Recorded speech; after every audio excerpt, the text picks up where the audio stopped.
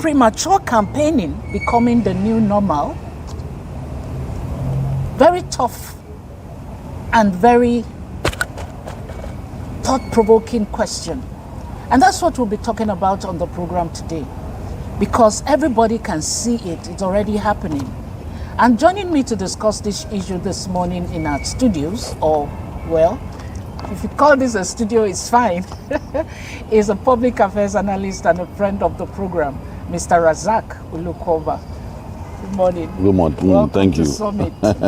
All right, so nobody can deny that it looks as if campaigns are starting early, and this is the first time we're seeing this like this. That is it a distraction? You know, for me, I feel it's a distraction from governance. Politicking all the way for 4 years before the next election is distracting.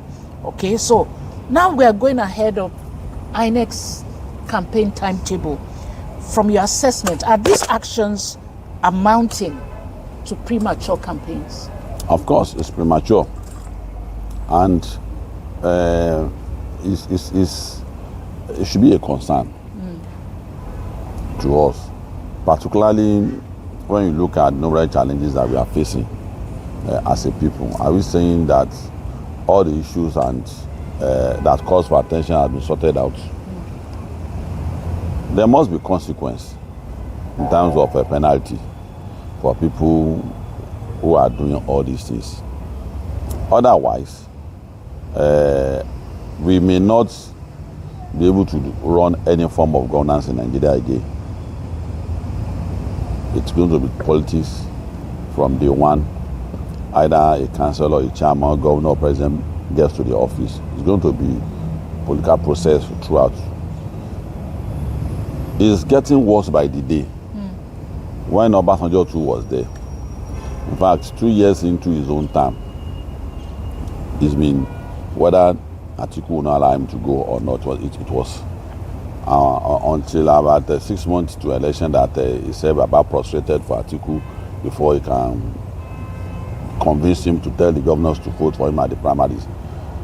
The same thing when Jonathan was there. It's about Jonathan does not even have the right to be in the first instance.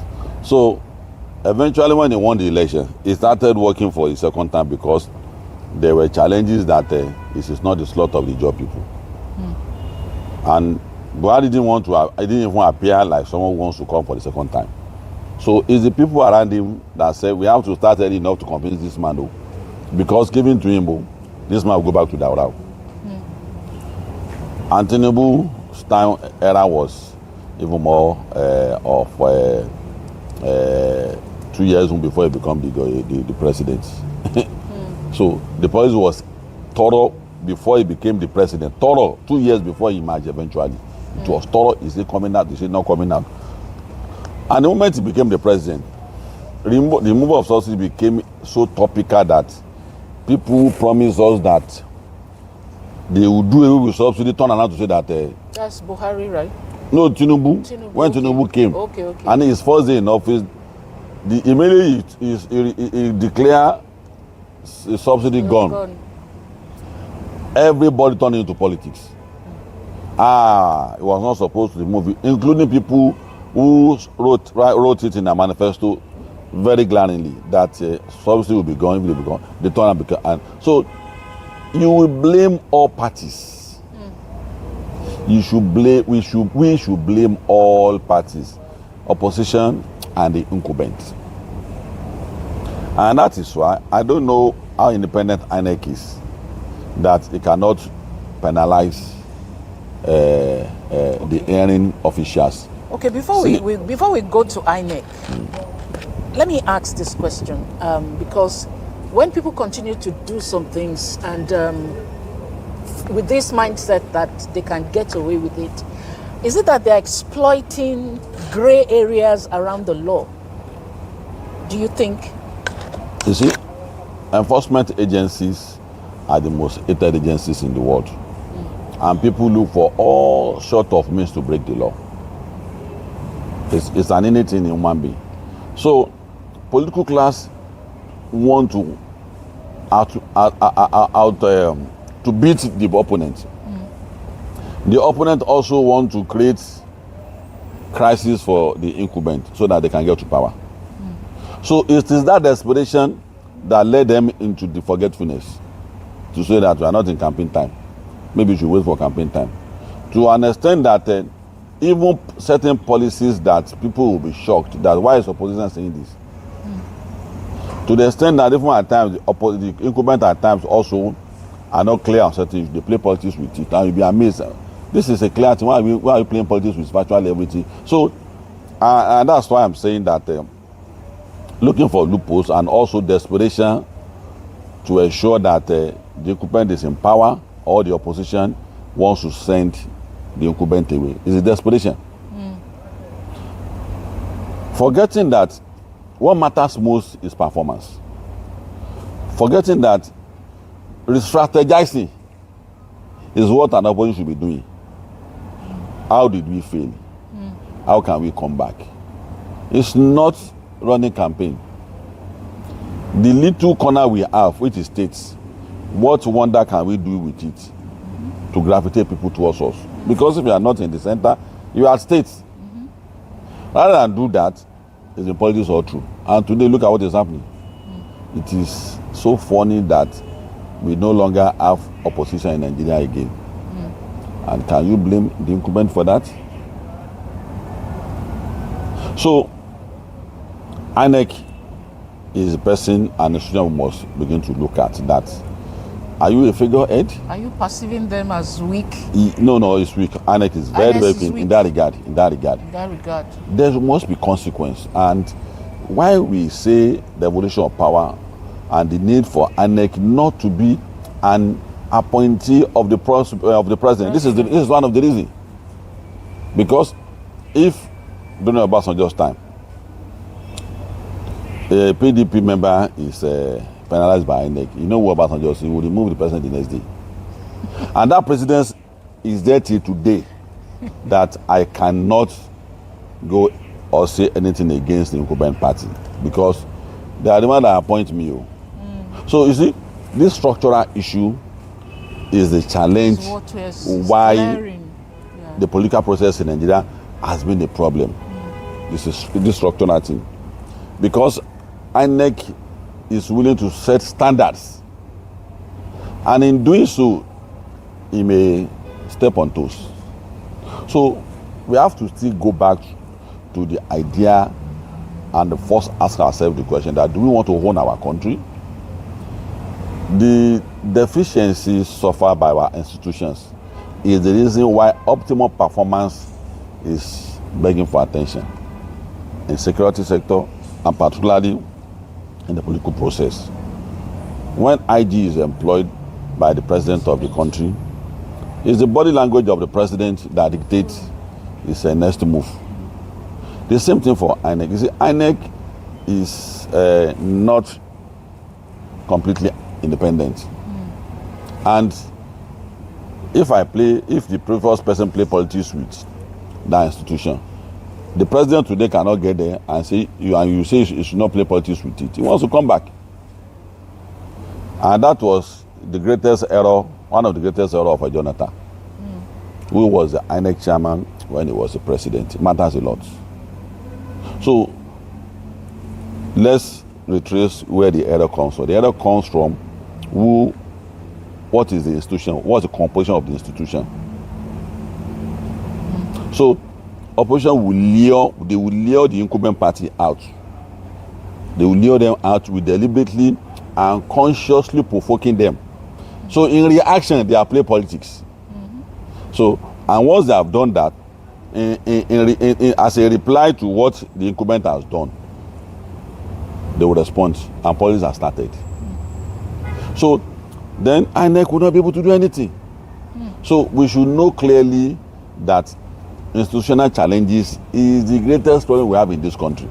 So INEC, with the way it is, INEC cannot name and shame anybody. You and I know that. Name and shame. No, you know, you that's the only thing that you and I know that we are knocking the issue on the head.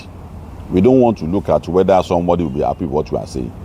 We don't want to look at that. It is about Nigeria. Yes. And it's important to say the truth. If I am the president, I will not employ my enemy as INEC chairman.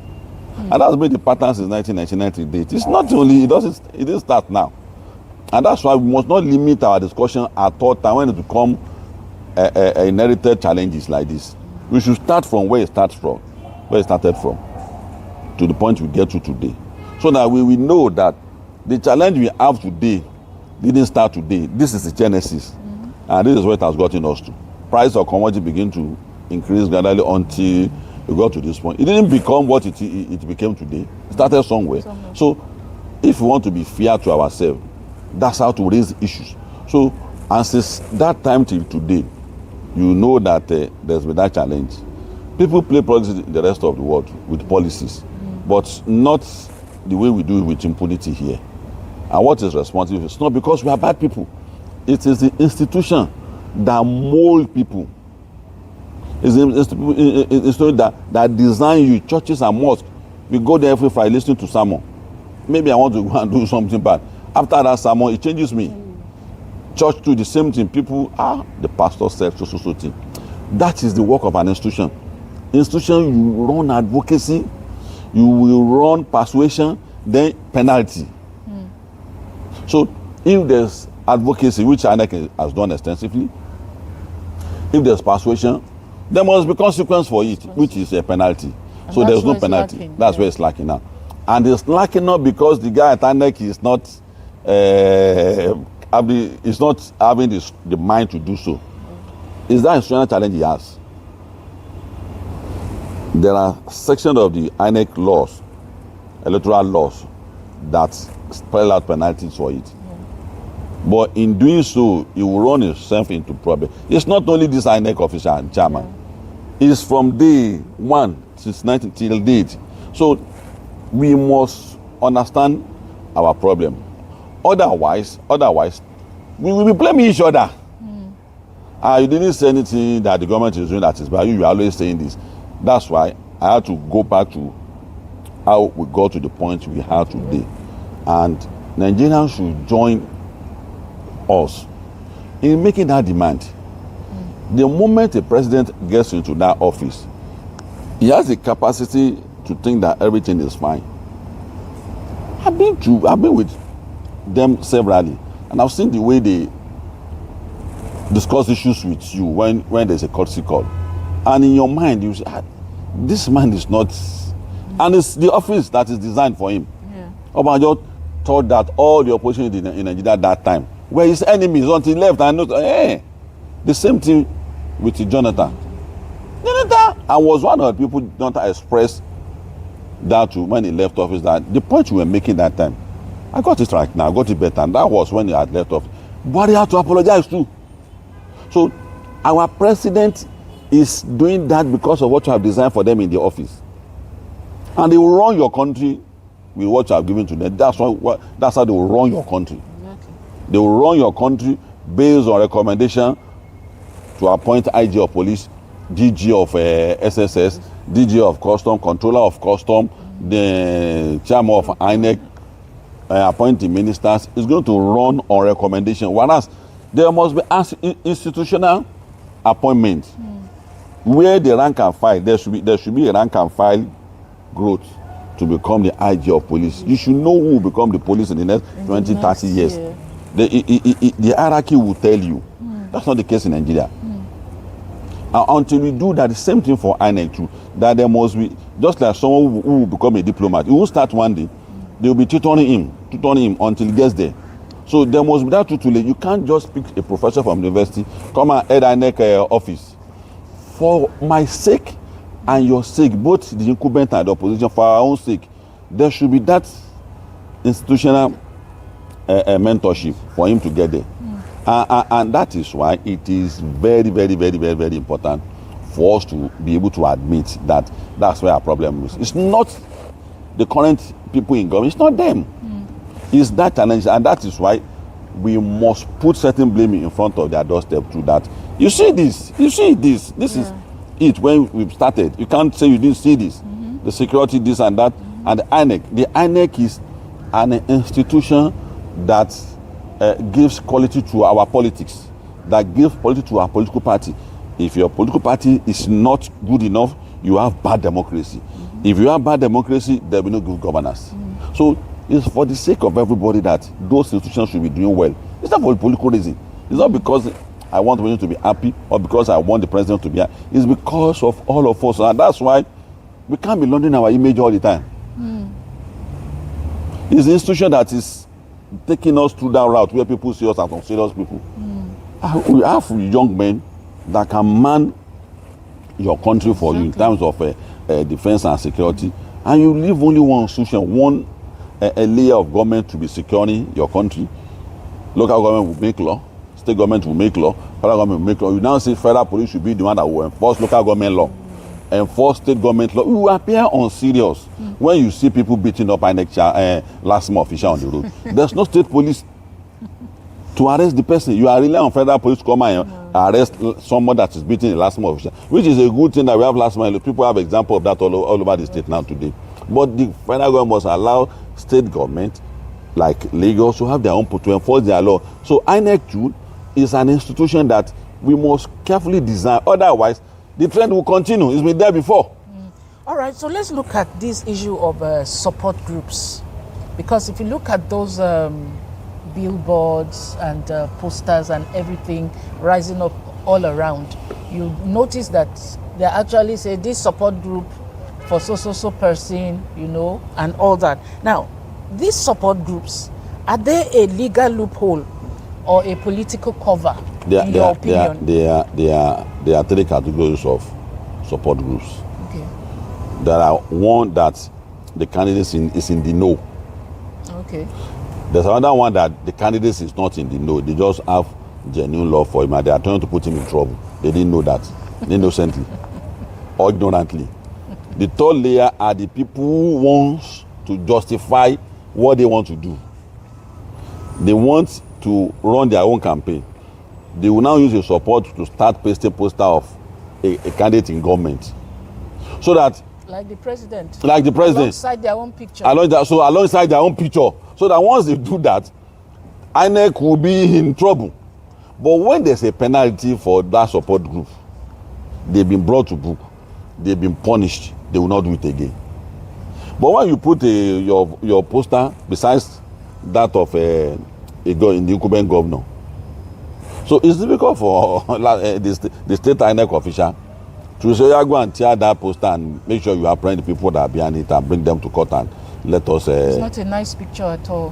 What you're painting is not a nice picture at all. So that's the challenge, and that's why it's appear to nation building. It's not a joke. It's not an emotional thing. How can they be independent? Opinion doesn't run society. It's a standard, universal standard, and that is the challenge I have, that I must have opinion. No, when there's knowledge on certain issue, that opinion is knowledge. It's no longer my opinion. Yeah. If I am tall and you are short, it's as serious as that when it comes to nation building. Nation building has a permanent and a standard definition. To run a nation, layers of government must have that capacity and power to be able to expend its own duties without interference from political class. And that's why we call weak institution. So what makes it weak is that influence, that undue influence of political class on those institutions. A policeman wants to get promotion.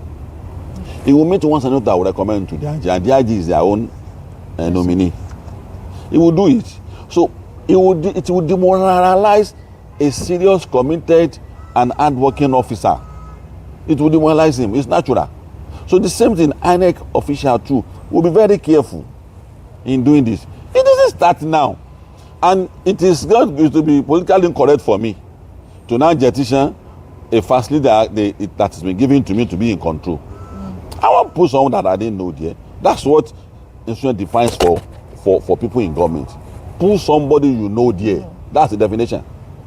Because I won't put someone I don't know his character there. So no president or governor is likely to sit any INEC chairman down that you are going to support me. I don't think it's any president or governor, but it's not. It just comes naturally. And that's why certain institution must be independent because of that natural return of return of favor, which is seen as a favor. All right, it is important. All right. So let's look at how premature campaigns actually affect electoral fairness and internal party democracy. How does it work out eventually? See, at the end of the day, you will not be able to have anything to show for your party. If you look at Rivers now, Rivers is campaign now because it's between Wike and Fubara, who is going to become the next governor. That's campaign. But if it is governance, Fubara will be able to have something to show. For those 2.5 years that's been, he has not shown anything in terms of performance. And that's the danger of premature campaign. That's the danger. It's decimating our democracy. And once there's no proper democracy, there's no rule of law. Rule of law is not only about human rights and things like that. It's a social contract. Eat, drink, sleep safely. So when you run campaign that is outside the timetable of the INEC, it destroys governance. It replaces what the government should be doing, because you'll be spending time responding to the campaign of other government about you. You'll be busy responding to it. Yeah. Whereas there are issues on ground that you are supposed to be working on. You ignore them. The attention of a president is needed to remain focused on certain issues. But he will be talking to the image makers afternoon, day and night. So, and that's why when you see Obasanjo every day responding to certain issues, a whole president, you need to do that because the opposition is saying something about him. The same to Jonathan's time. Then there's the Buhari of Sudan. You need to keep going to the public that I'm not from Sudan. No, I'm from Buhari, the husband of Aisha. I'm this and that. I'm from Daura. And the man has something very sensitive to do for the nation. He needs to attend to issues. People who are talking about atomic energy force, power sector, health issues, which is era of COVID-19. So you know something? One thing that the president has to do, he will be forced to be telling people that how can you say I'm dead? I'm not dead. So now coming to Tinubu, we spend 1 year talking about subsidy. 1 full year. In fact, he was doing other things that the students' loan scheme, other things were going, price control, so many things were going. We didn't even listen to him. He used to talk about subsidy. And that's why, and you were right, the campaign started immediately this man came to office. And one of the topical issue is what I mentioned was the subsidy. He started responding to subsidy issue, why it has to go, this like that. So this kind of political attitude in Nigeria is not going to get us there. It's not going to get us there. And the younger people, we are supposed to be mentoring them. They have their own challenges. Their own challenges is that they're not thorough, they don't conduct research, you see a replacement for mentorship, they go to AI. They have their own challenges, which is numerous. Now we are creating challenges for them again with our own style. What of issues of even voter apathy? Will these issues, put people off, to want to vote again when people see your performance, they will vote. It will inspire them to come and vote.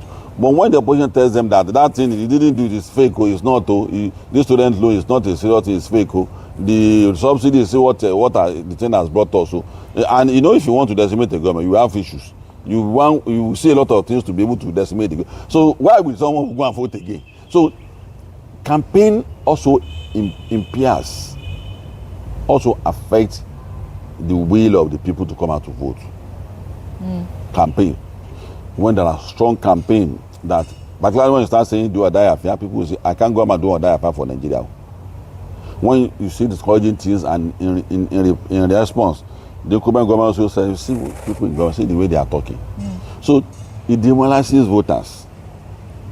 So there's a link in what people say in terms of campaign to whether people will come out to vote or not.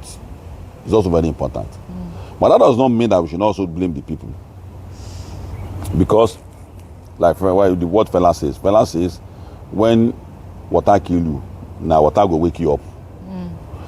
If people in government, you are angry with them, and you are boycotting votes, or you lost the person in government, and it is me that I want me to go and turn the person in office for the person, we are unserious people.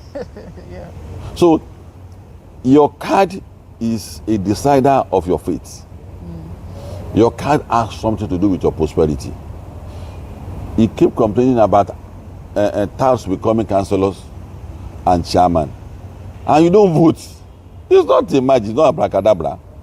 People who make move are the people who become councillors and chairman and House of Rep, House of Assembly, Senator, Governor. Is the people who make attempts.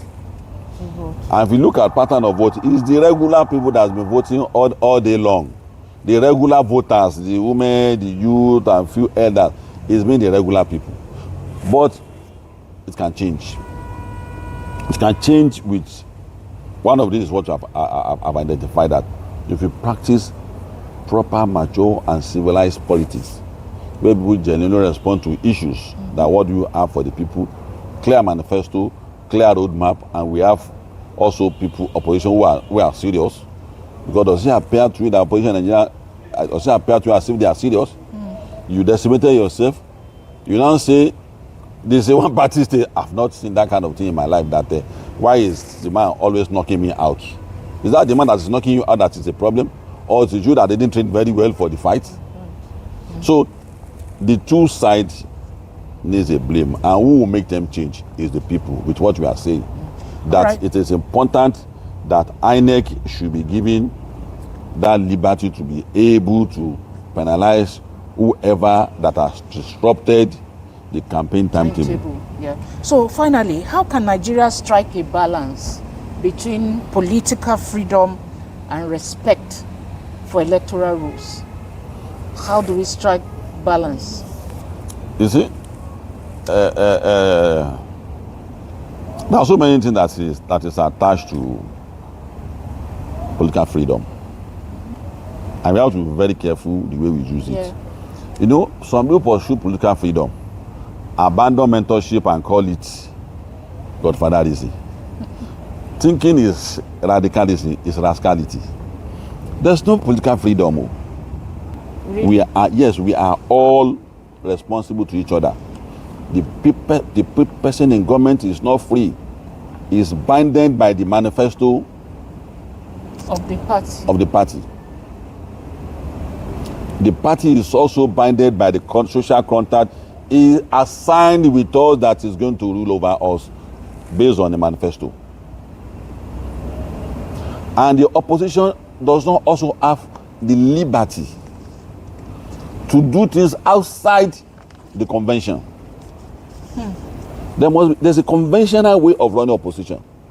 So it is the people that have the freedom, and the liberty to choose between the two.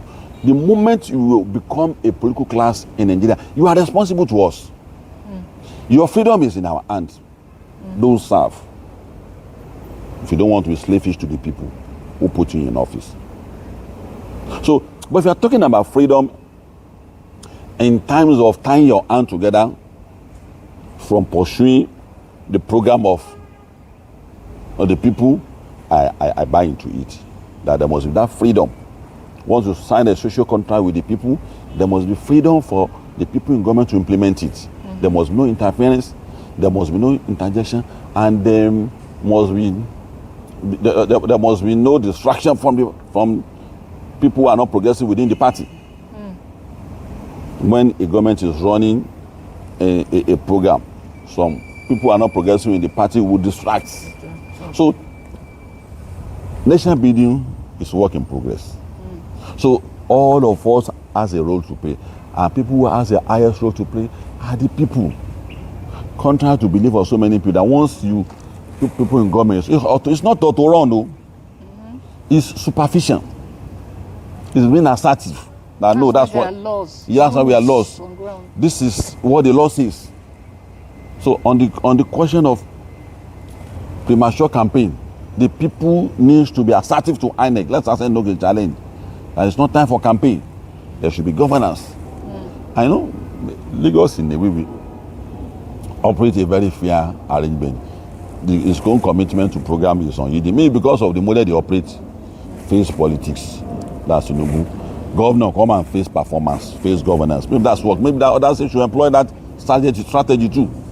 Because other state they combine it together. The two Wike is trying to become the political leader, and he has a responsibility to perform in Abuja. Fubara is saying that I'm a political godfather. I mentor myself. I'm still the governor. See whatever is going through now. So the people must play their role. The incumbent governments must show example of focusing on government, and the opposition must also be responsible on kind of position they run. Well, thank you so much. That's a good place to conclude the conversation. So it's in our hands as the people to make sure that some of these things we see that are wrong or unlawful, we can assert our voice to it and make sure that they are corrected. Definitely. Thank you so much, sir. It's a pleasure being with you. Joining me on the program. All right, so now as we wrap up the conversation, one thing is clear: democracy does not begin on election day. It begins with respect for the rules. And that's where we're going to stop this conversation today. So all those who are erecting billboards and banners, respect the rule of law.